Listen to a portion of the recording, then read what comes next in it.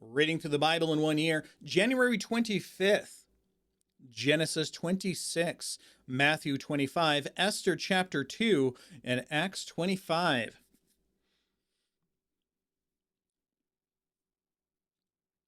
There was another famine in the land in addition to the one that had occurred in Abraham's time. And Isaac went to Abimelech, the king of the Philistines, at Gerar. The Lord appeared to him and said, "Do not go down to Egypt. Live in the land that I tell you about. Stay in this land as an alien, and I will be with you and bless you. For I will give these lands to you and your offspring, and I will confirm the oath that I swore to your father Abraham. I will make your offspring as numerous as the stars of the sky. I will make your offspring all these, I will give your offspring all these lands, and all the nations of the earth will be blessed by your offspring. Because Abraham listened to me and kept my mandate, my commands, my statutes, and my instructions." So Isaac settled in Gerar. When the men of the place asked about his wife, he said, "She is my sister." For he was afraid to say, "my wife," thinking the men of the place will kill me on account of Rebekah, for she is a beautiful woman. When Isaac had been there for some time, Abimelech, the king of the Philistines, looked down from the window and was surprised to see Isaac caressing his wife, Rebekah. Abimelech sent for Isaac and said, "So she is really your wife? How could you say she is my sister?" Isaac answered him, "Because I thought I might die on account of her." Then Abimelech said, "What have you done to us? One of the people could easily have slept with your wife, and you would have brought guilt on us." So Abimelech warned all the people, "Whoever harms this man or his wife will certainly be put to death." Isaac sowed seed in that land, and in that year he reaped 100 times what was sown. The Lord blessed him. And the man became rich and kept getting richer until he was very wealthy. He had flocks of sheep and herds of cattle and many slaves, and the Philistines were envious of him. The Philistines stopped up all the wells that his father's servants had dug in the days of his father Abraham, filling them up with dirt. And Abimelech said to Isaac, "Leave us, for you are much too powerful for us." So Isaac left there and camped in the Gerar valley and lived there. Isaac reopened the wells that had been dug in the days of his father Abraham, and that the Philistines had stopped up after Abraham had died. He gave them the same names that his father had given them. Then Isaac's servants dug in the valley and found a well, a well of spring water there. But the herdsmen of Gerar quarreled with Isaac's herdsmen and said, "The water is ours." So he named the well Esek, because they argued with him.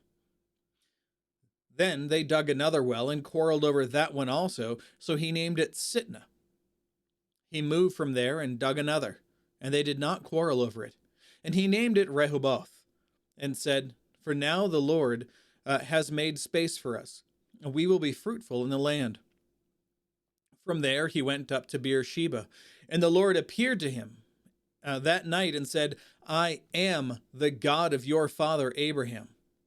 Do not be afraid, for I am with you. I will bless you and multiply your offspring because of my servant Abraham." So he built an altar there and called on the name of the Lord and pitched his tent there. Isaac's servants also dug a well there. Now Abimelech came to him from Gerar with Ahuzzath, his advisor, and Phicol, the commander of his army. And Isaac said to them, "Why have you come to me? You hated me and sent me away from you." And they replied, "We have clearly seen how the Lord has been with you. We think there should be an oath between the two parties, between us and you. So let us make a covenant with you. You will not harm us, just as we have not harmed you, but have done only what is good to you, sending you away in peace. You are now blessed by the Lord." So he prepared a banquet for them, and they ate and drank. They got up early in the morning and swore an oath to each other, and Isaac sent them on their way, and they left him in peace. On the same day, Isaac's servants came to tell him about a well that they had dug. Cool. Making sure all the notes are up there. About a well that he had dug. Saying to him, "We have found water." And he called it Sheba. Therefore, the name of the city is still Beersheba today. When Esau was 40 years old, he took his wives, he took as his wives Judith, daughter of Beri, the Hethite, Hittite? It's a hard one to say. And Basemath, daughter of Elon the Hethite. And they made life bitter for Isaac and Rebekah. And this will continue to go on in the future. You'll see how it goes. And that is all the notes. Let's go ahead and move forward to Matthew 25.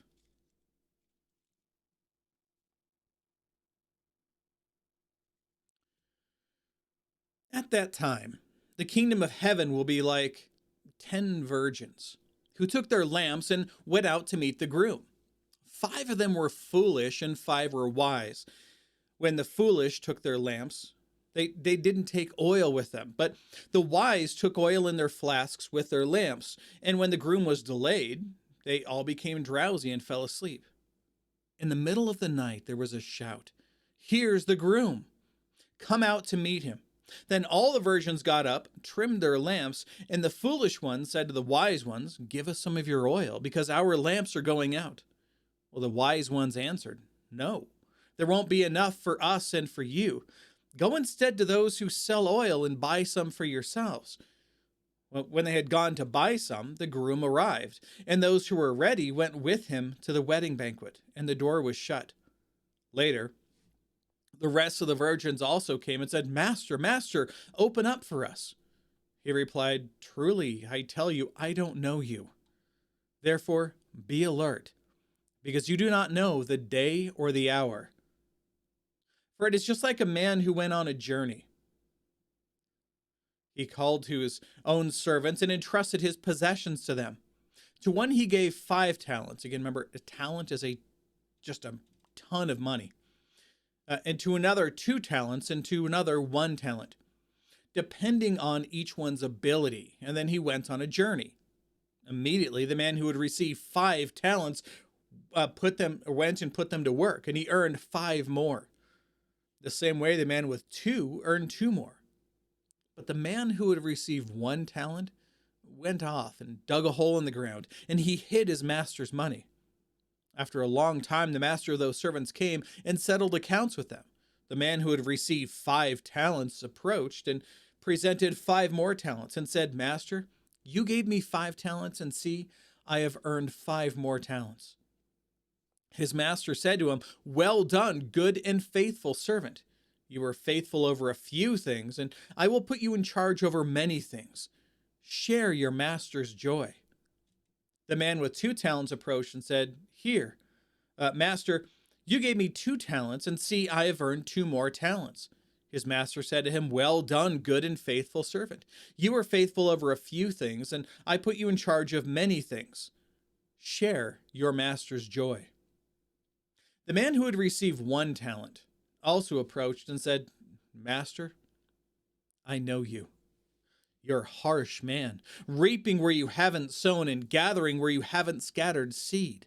So I was afraid, and I went off and I hid your talent in the ground. See, have what is yours." His master replied to him, "You evil, lazy servant. You knew that I reap where I haven't sown and gather where I haven't scattered. Then you should have deposited my money with the bankers, and I would have at least received my money back with the interest when I returned. So take the talent from him and give it to the one who has 10 talents. For to everyone who has, more will be given, and he will have more than enough. But from the one who does not have, even what he does have will be taken away from him. And throw this good-for-nothing servant into the outer darkness, where there will be weeping and gnashing of teeth."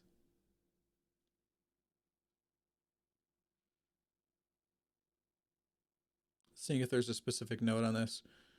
Not really. Okay, let's move on to verse 31.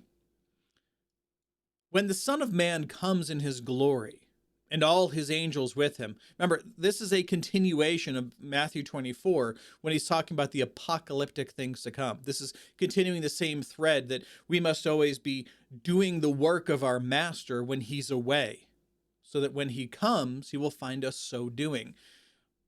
So when the Son of Man comes in his glory and all his angels with him, then he will sit on his glorious throne, and all nations will be gathered before him, and he will separate them one from another, just as a shepherd separates the sheep from the goats.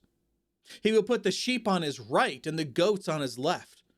And the king will say to those on his right, "Come, you who are blessed by my Father, inherit the kingdom prepared for you from the foundation of the world. For I was hungry, and you gave me something to eat. I was thirsty, and you gave me something to drink. I was a stranger, and you took me in. I was naked, and you clothed me. I was sick, and you took care of me. I was in prison, and you visited me." Then the righteous will answer him, "What? Lord, when did we see you hungry and feed you, or thirsty and give you something to drink? When did we see you a stranger and take you in, or without clothes and clothe you? When did we see you sick or in prison and visit you?" And the king will answer them, "Truly I tell you, whatever you did for one of the least of these, my brothers and sisters, you did for me." Then he will turn and say to the goats, the ones on his left, "Depart from me, you accursed, into the eternal fire prepared for the devil and his angels." Quick note, people say, "Oh, well, hell's going to be great. We're going to be having parties with Satan." No, no, no, no, no. It is a place for Satan to be tortured for all eternity.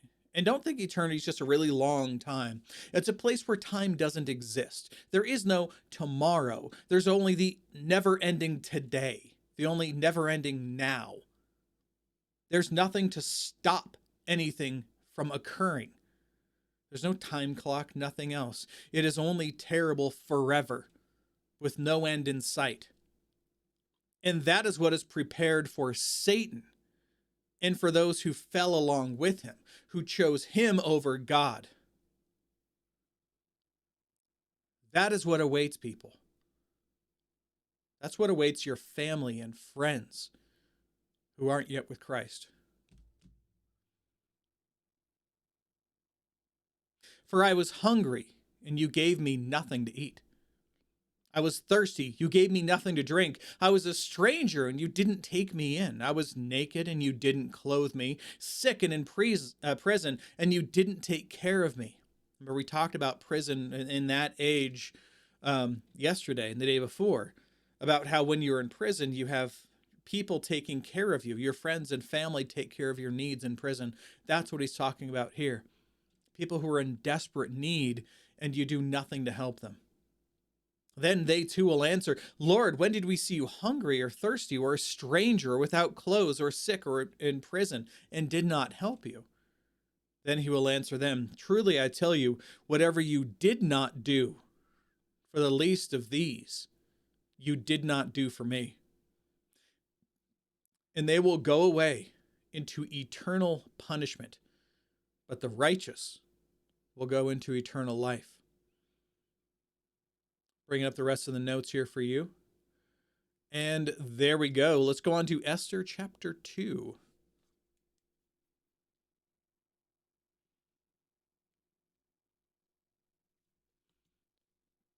Sometime later, when King Ahasuerus' rage had cooled down, he remembered Vashti and what she had done and what had been decided against her. And the king's personal attendants suggested, "Let a search be made for beautiful young virgins for the king. Let the king appoint commissioners in each of his provinces in the kingdom," all 127, covering a vast area, "so that they may gather all the beautiful young virgins to the harem at the fortress of Susa. And put them under the supervision of Haggai, the king's eunuch, the keeper of the women, and give them the required beauty treatments. Then the young women who please the king will become queen instead of Vashti." This suggestion pleased the king, and he did accordingly. In the fortress of Susa, there was a Jewish man named Mordecai, son of Jair, son of Shimei, son of Kish, a Benjaminite. Kish had been taken from exile, had been taken exile. I can't words. Kish had been taken into exile, there we go, from Jerusalem with the other captives when King Nebuchadnezzar of Babylon took King Jeconiah of Judah into exile. Mordecai was the legal guardian of his son, Hadassah, of his cousin. Totally different story this would have been. Okay, so Mordecai was the legal guardian of his cousin, Hadassah, that is Esther, because she had no father or mother. The young woman had a beautiful figure and was extremely good looking. When her father and mother died, Mordecai had adopted her as his own daughter. When the king's command and edict became public knowledge, and when many young women were gathered at the fortress of Susa under Heggai's supervision, Esther was taken to the palace, into the supervision of Heggai, the keeper of women. The young woman pleased him and gained his favor so that he accelerated the process of the beauty treatments and the special diet that she received. He assigned 7 hand-picked female servants to her from the palace and transferred her and her servants to the harem's best quarters. Esther did not reveal her ethnicity nor her family background because Mordecai had ordered her not to make them known. Every day, Mordecai took a walk in front of the harem's courtyard to learn how Esther was doing and to see what was happening to her. During the year before each woman's turn to go in to King Ahasuerus, the harem's regulation required her to receive beauty treatments with oil of myrrh for 6 months and then with perfumes and cosmetics for another 6 months. When the young women would go to the king, she was given whatever she requested to take with her from the harem to the palace. She would go in the evening, and in the morning she would return to a second harem under the supervision of the king's eunuch, Shashgaz. I'm going to call it that one. Keeper of the concubines. She never went to the king again unless he desired her and summoned her by name. Esther was the daughter of Abihail, the uncle of Mordecai, who had adopted her as his own daughter. When her turn came to go into the king, she did not ask anything except what Heggai, the king's eunuch, keeper of the women, suggested. Esther gained favor in the eyes of everyone who saw her. She was taken to King Ahasuerus in the palace in the 10th month, in the month of Tebeth, in the 7th year of his reign. The king loved Esther more than all the other women. She won more favor and approval from him than did any of the other virgins. He placed the royal crown on her head and made her queen in place of Vashti. The king held a great banquet for all his officials and staff. It was Esther's banquet, and he freed his provinces. There's a lot of notes over here. I'm going to pull over so you can see these. Here we go. It was Esther's banquet. He freed his provinces from tax payments and gave gifts worthy of the king's bounty. When the virgins were gathered a second time, Mordecai was sitting in the king's gate. Esther still had not revealed her family background or her ethnicity, as Mordecai had directed, and she obeyed Mordecai's orders and was sitting at the king's gate. I lost my spot. Esther still did not reveal her family background or her ethnicity, as Mordecai had directed. She obeyed Mordecai's orders, and as she always had while he raised her. During those days, while Mordecai was sitting at the king's gate, Bigthan and Teresh, 2 of the king's eunuchs who guarded the entrance, became infuriated and planned to assassinate King Ahasuerus. Well, when Mordecai learned of the plot, he reported it to Queen Esther, and she told the king on Mordecai's behalf. When the report was investigated and verified, both men were hanged on the gallows. This event was recorded in the historical record in the king's presence. Might be like, well, that seems kind of weird. Super important, comes up later. You'll see, it's hilarious. Okay, let's go on to Acts chapter 25.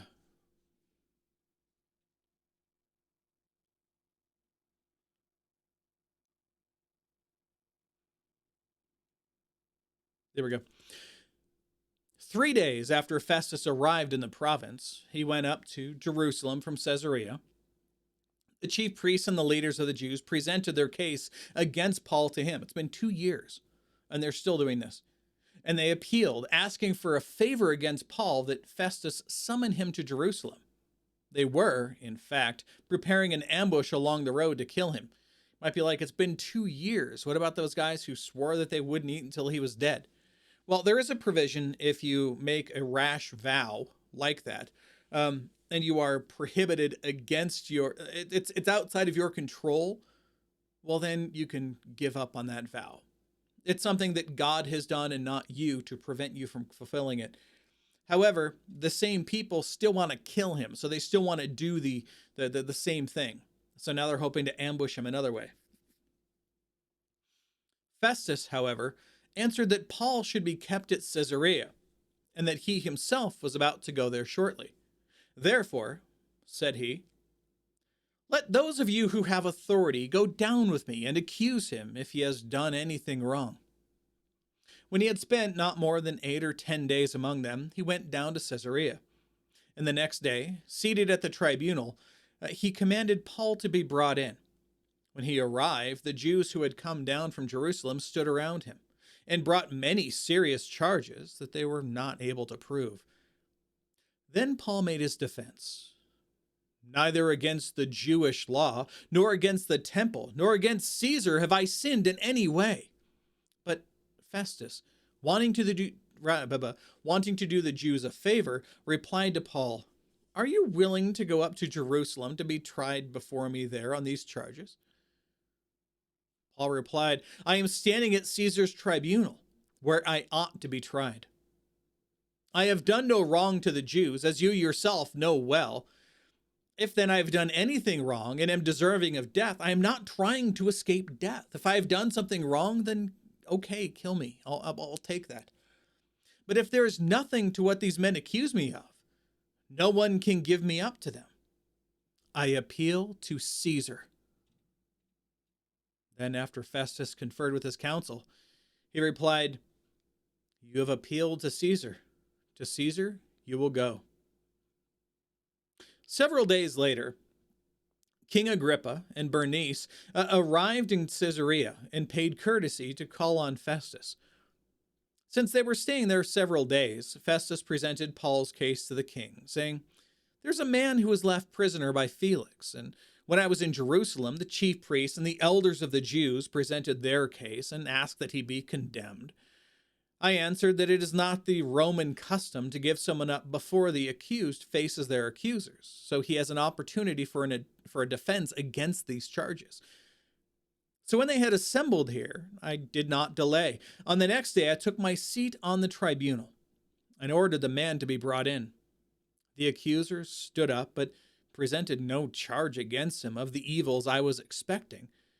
Instead, they had some disagreements with him about their religion. There we go, making sure we don't lose the notes here. They were only complaining. Yep.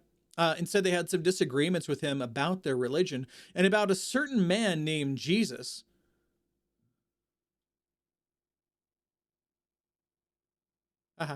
A dead man that Paul claimed to be alive. Since I was at a loss and a dispute over such things, I asked him if he wanted to go to Jerusalem and be tried there regarding these matters. But when Paul appealed to be held for trial by the emperor, I ordered him to be kept in custody until I could send him to Caesar. Agrippa said to Festus, I would like to hear the man myself. Tomorrow you will hear him, he replied. So the next day, Agrippa and Bernice came with great pomp and circumstance and entered the auditorium with the military commanders and prominent men of the city. When Festus gave the command, Paul was brought in. There we go. Making sure you don't lose the notes there. Okay. So when Festus gave the command, Paul was brought in. Then Festus said, King Agrippa and all the men present with us, you see this man, The whole Jewish community has appealed to me concerning him, both in Jerusalem and here, shouting that he ought not to live any longer. I found that he had done nothing deserving of death, but when he himself appealed to the emperor, I decided to send him. But I have nothing definite to write to my lord about him. I have brought him before you all, especially before you, King Agrippa, so that after this examination is over, I might have something to write. For it seems unreasonable to me to send a prisoner without indicating the charges against him.